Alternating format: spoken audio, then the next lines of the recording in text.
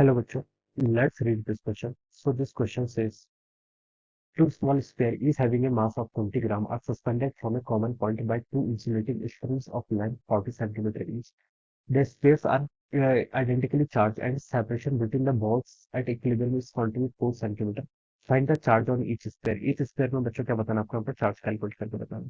तो देखिए बच्चों इस क्वेश्चन का की कॉन्सेप्ट आप क्या लिख सकते हैं। The key concept of this question, आपको ऊपर चार्ज कैलकुलेट करना है। ठीक है, तो इस क्वेश्चन का की कॉन्सेप्ट इक्विलिब्रियम लिखेंगे। इक्विलिब्रियम का बच्चों मतलब क्या होता है। इक्विलिब्रियम का मतलब होता है कि नेट फोर्स आपका कितना लग रहा है, जीरो एक्ट कर रहा है। ठीक है, नेट फोर्स एक्टिंग कितना होता है आपका, एफ नेट आपका जीरो के इक्वल हो जाएगा। This is the condition of equilibrium. ठीक है, जितने फोर्सेस हैं सब फोर्सेस को सोल्यूशन कर लीजिए, जीरो के इक्वल हो जाएगा। सिचुएशन देखिए क्या है, टू स्मॉल स्क्वायर्स, दो स्मॉल स्क्वायर है। ठीक है, each having charge of each having mass 20 ग्राम। ठीक है, एक स्क्वायर मान लीजिए आपका ये है। ठीक है, and this one is second square, ये आपका क्या है, this is our second square. ठीक है, दोनों का मास कितना है, 20 ग्राम है। Are suspended from a common point. ठीक है, एक कॉमन पॉइंट से क्या कर रखा है, इनको सस्पेंड कर रखा है by two insulating strings of length 40 centimetre. ठीक है, स्ट्रिंग्स की लेंथ कितनी है आपकी, 40 सेंटीमीटर। ठीक है, ये आपकी लेंथ कितनी है, 40 सेंटीमीटर क्वेश्चन में से गिवन की है। ऑलराइट, दोनों की इक्वल ही है। ठीक है, और दोनों का मास कितना, देखिए मास तो देखिए कौन सा फोर्स लगा, सबसे पहले तो आपका एमजी फोर्स लगा। मास होने के कारण इसका एमजी फोर्स लगा एकदम वर्टिकली डाउनवर्ड डायरेक्शन। ठीक है, ये लिख सकते हैं। Alright, the spheres are identically charge, दोनों का चार्ज भी आपका इक्वल है। ठीक है, and their separation between the balls at equilibrium is 4 centimetre. इन दोनों के बच्चों बीच का जो सेपरेशन है ये कितना गिवन कर रखा है आपको, 4 सेंटीमीटर के इक्वल गिवन कर रखा है। तो मैं बता सकता हूँ यहाँ से लेकर यहाँ तक का जो सेपरेशन होगा ये कितना होगा आपका, 2 सेंटीमीटर के इक्वल होगा। अब यहाँ से हम बच्चों ये एंगल क्या कर सकते हैं, फाइंड आउट करके बता सकते हैं, अगर हमें दोनों साइड से यहाँ पर पता है तो। ठीक है, ये आप यहाँ पर से ऐसे बता सकते हैं। ये आपको 2 सेंटीमीटर गिवन कर रखा है। ठीक है बच्चों, ठीक है, अब देखिए बच्चों और क्या बोल रखा है। और देखिए कौन कौन से फोर्स लेंगे, और यहाँ पर देखिए दोनों पे आइडेंटिकल चार्ज है तो इलेक्ट्रोस्टैटिक फोर्स लगेगा, इलेक्ट्रोस्टैटिक फोर्स ऑफ रिपल्सन। तो इलेक्ट्रोस्टैटिक फोर्स ऑफ रिपल्सन मान लीजिए ऐसा लगेगा। ठीक है, यहाँ पर एक टेंशन का फोर्स आएगा। ठीक है, ये एंगल बच्चों अगर अल्फा है तो बता सकता हूँ दिस एंगल से ऑल्सो भी इक्वल टू अल्फा। ये एंगल अल्फा है तो ये एंगल भी कितना होना चाहिए आपका, अल्फा के इक्वल होना चाहिए। ठीक है, और इक्विलिब्रियम में देखिए बता सकता हूँ कि जो आपका बॉल है इस पर नेट फोर्स कितना होना चाहिए, जीरो होना चाहिए। ठीक है, तो एमजी को देखिए कौन बैलेंस करेगा, आपका टेंशन का कंपोनेंट इस डायरेक्शन में कौन सा होगा, टी कॉस अल्फा होगा। कौन सा होगा, टी कॉस अल्फा। और एक टेंशन के कंपोनेंट इस डायरेक्शन में होगा, ये कितना होगा आपका, T sine alpha. T sine alpha आपका यहाँ पर इलेक्ट्रोस्टैटिक फोर्स को बैलेंस करेगा और टी कॉस अल्फा एमजी को बैलेंस करेगा। तो यहाँ पर लिख लेता हूँ आपका टी कॉस अल्फा। ठीक है, टी कॉस अल्फा किसको बैलेंस कर रहा है, तो एमजी को बैलेंस कर रहा है। और लिख सकते हैं आपका टी साइन अल्फा, ये इसे कौन बैलेंस कर रहा है, ये आपका इलेक्ट्रोस्टैटिक फोर्स क्या कर रहा है, बैलेंस कर रहा है। ठीक है, ये हम यहाँ पर से ऐसा लिख सकते हैं। अब देखिए बच्चों यहाँ पर से कितना आ जाएगा आपका, यहाँ पर से देखिए इसकी वैल्यू जाएगी आपकी, इन दोनों इक्वेशंस को बच्चों देखिए डिवाइड कर लीजिए। आपका इक्वेशन वन है, इक्वेशन टू। ठीक है, equation two divide by equation one करेंगे तो टी से टी कैंसिल हो जाएगा, sine alpha by cos alpha कितना हो जाएगा, tan अल्फा के इक्वल। और यहाँ पर हो जाएगा आपका F E electrostatic force divided by कितना हो जाएगा, एम जी। ठीक है, ये वैल्यू आपकी यहाँ पर से इतनी होगी। ठीक है, अब बच्चों देखिए इसको यहाँ पर से आप थोड़ा और सॉल्व कर लीजिए। tan अल्फा, अल्फा देखिए कितना है, tan अल्फा देखिए आप कैलकुलेट कर सकते हैं। tan अल्फा देखिए बच्चों कितना होगा, ये यहाँ से आपको देखिए ये कितना गिवन कर रखा है आपको, 40 सेंटीमीटर इंसुलेटिंग स्ट्रिंग की लेंथ है। ठीक है, ऑलराइट, ये आपको क्वेश्चन पे गिवन कर रखा है। यहाँ पर देखिए बच्चों हम ना एक अप्रोक्सीमेशन ले सकते हैं। क्या अप्रोक्सीमेशन ले सकते हैं, देखिए ये 2 सेंटीमीटर क्या देखिए बहुत स्मॉल डिस्टेंस है। ठीक है, तो अगर ये 40 सेंटीमीटर है तो ये भी आपका बच्चों कितना होना चाहिए, 40 सेंटीमीटर के इक्वल होना चाहिए। कितना होना चाहिए, 40 सेंटीमीटर। ठीक है, ये अप्रोक्सीमेशन हम ले सकते हैं।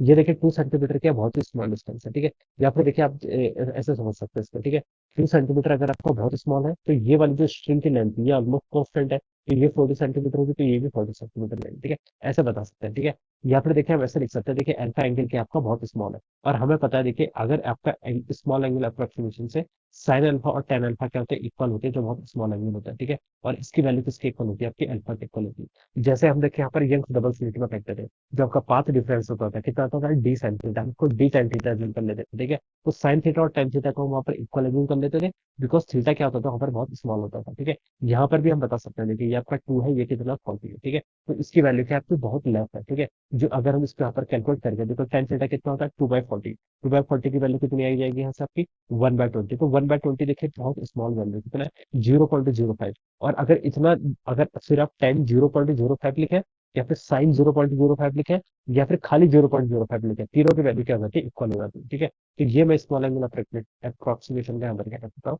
यूज कर सकता हूँ। तो बच्चों टेन अल्फा की वैल्यू कितनी आएगी यहाँ से आपकी, 1/20 के इक्वल आएगी। ठीक है, अगर आप देखिए कैलकुलेट भी कर सकते हैं, अगर ये 40 है ये 20 है तो ये वाली साइड आप पाइथागोरस से कैलकुलेट कर लीजिए, आंसर आपका ऑलमोस्ट सिमिलर है। ठीक है, तो ये हम बता सकते हैं। तो देखिए आपका 1/20 हो गया, और एफ क्या होता है, इलेक्ट्रोस्टैटिक फोर्स, इसकी वैल्यू कितनी होती है, के ई इंटू दोनों को चार्जेस का प्रोडक्ट, ठीक है। मान लीजिए दोनों का चार्जेस Q1 Q2 है, तो सेम चार्जेस है, तो क्यू का square divided by separation. Separation देखिए बच्चों, इन दोनों चार्जेस के बीच की कितनी है आपकी, 2 सेंटीमीटर और 2 सेंटीमीटर, कितनी हो जाएगी आपकी, 4 सेंटीमीटर के इक्वल हो जाएगी। तो आप इसको लिख लीजिए यहाँ से, 4 सेंटीमीटर को क्या लिख सकते हैं आपका, 4 × 10⁻² का स्क्वायर, ठीक है। तो ये तो आपका इलेक्ट्रोस्टैटिक फोर्स हो गया, divided by mg, mass given कर रखा है 20 ग्राम। तो 20 को हम लिख सकते हैं 20 × 10⁻³ kg इंटू जी की वैल्यू कितनी होती है बच्चों, 9.8 होती है, ठीक है। कैलकुलेशन पर्पज के लिए टेन लिख लीजिए, ठीक है, टेन ले लेते हैं, ठीक है। अब बच्चों देखिए इस वैल्यू को आप क्या कर लीजिए, सॉल्व कर लीजिए, ठीक है। यहाँ से कितना होगा देखिए, ये आपको 1/20 पे ऐसे रहेगा, ठीक है।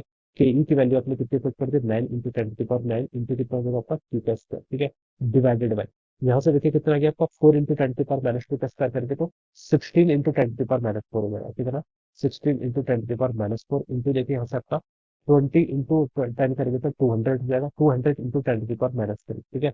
200 × 10⁻³ यहाँ पर से इतना हो जाएगा।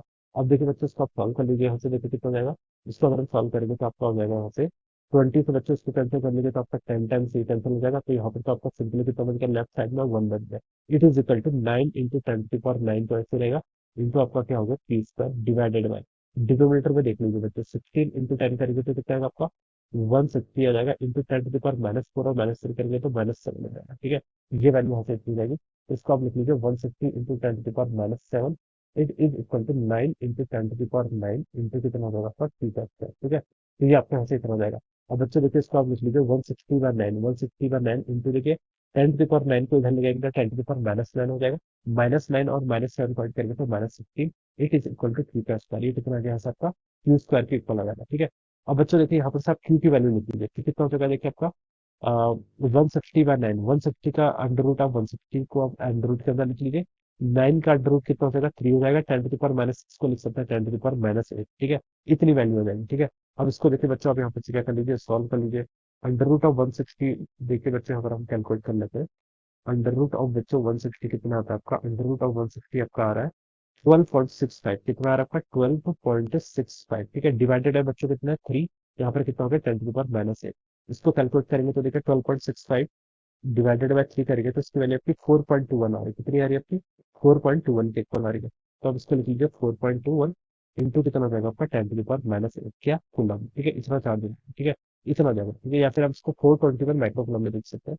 This will be the answer of this question, ठीक है। तो ये क्या हो जाएगा आपका इस क्वेश्चन का आंसर, ठीक है। तो देखिए बच्चों हम क्या करेंगे, इस तरीके से यहाँ पर सॉल्व करेंगे, ऑलराइट। तो I hope you all understood this concept, all the best and thank you sir.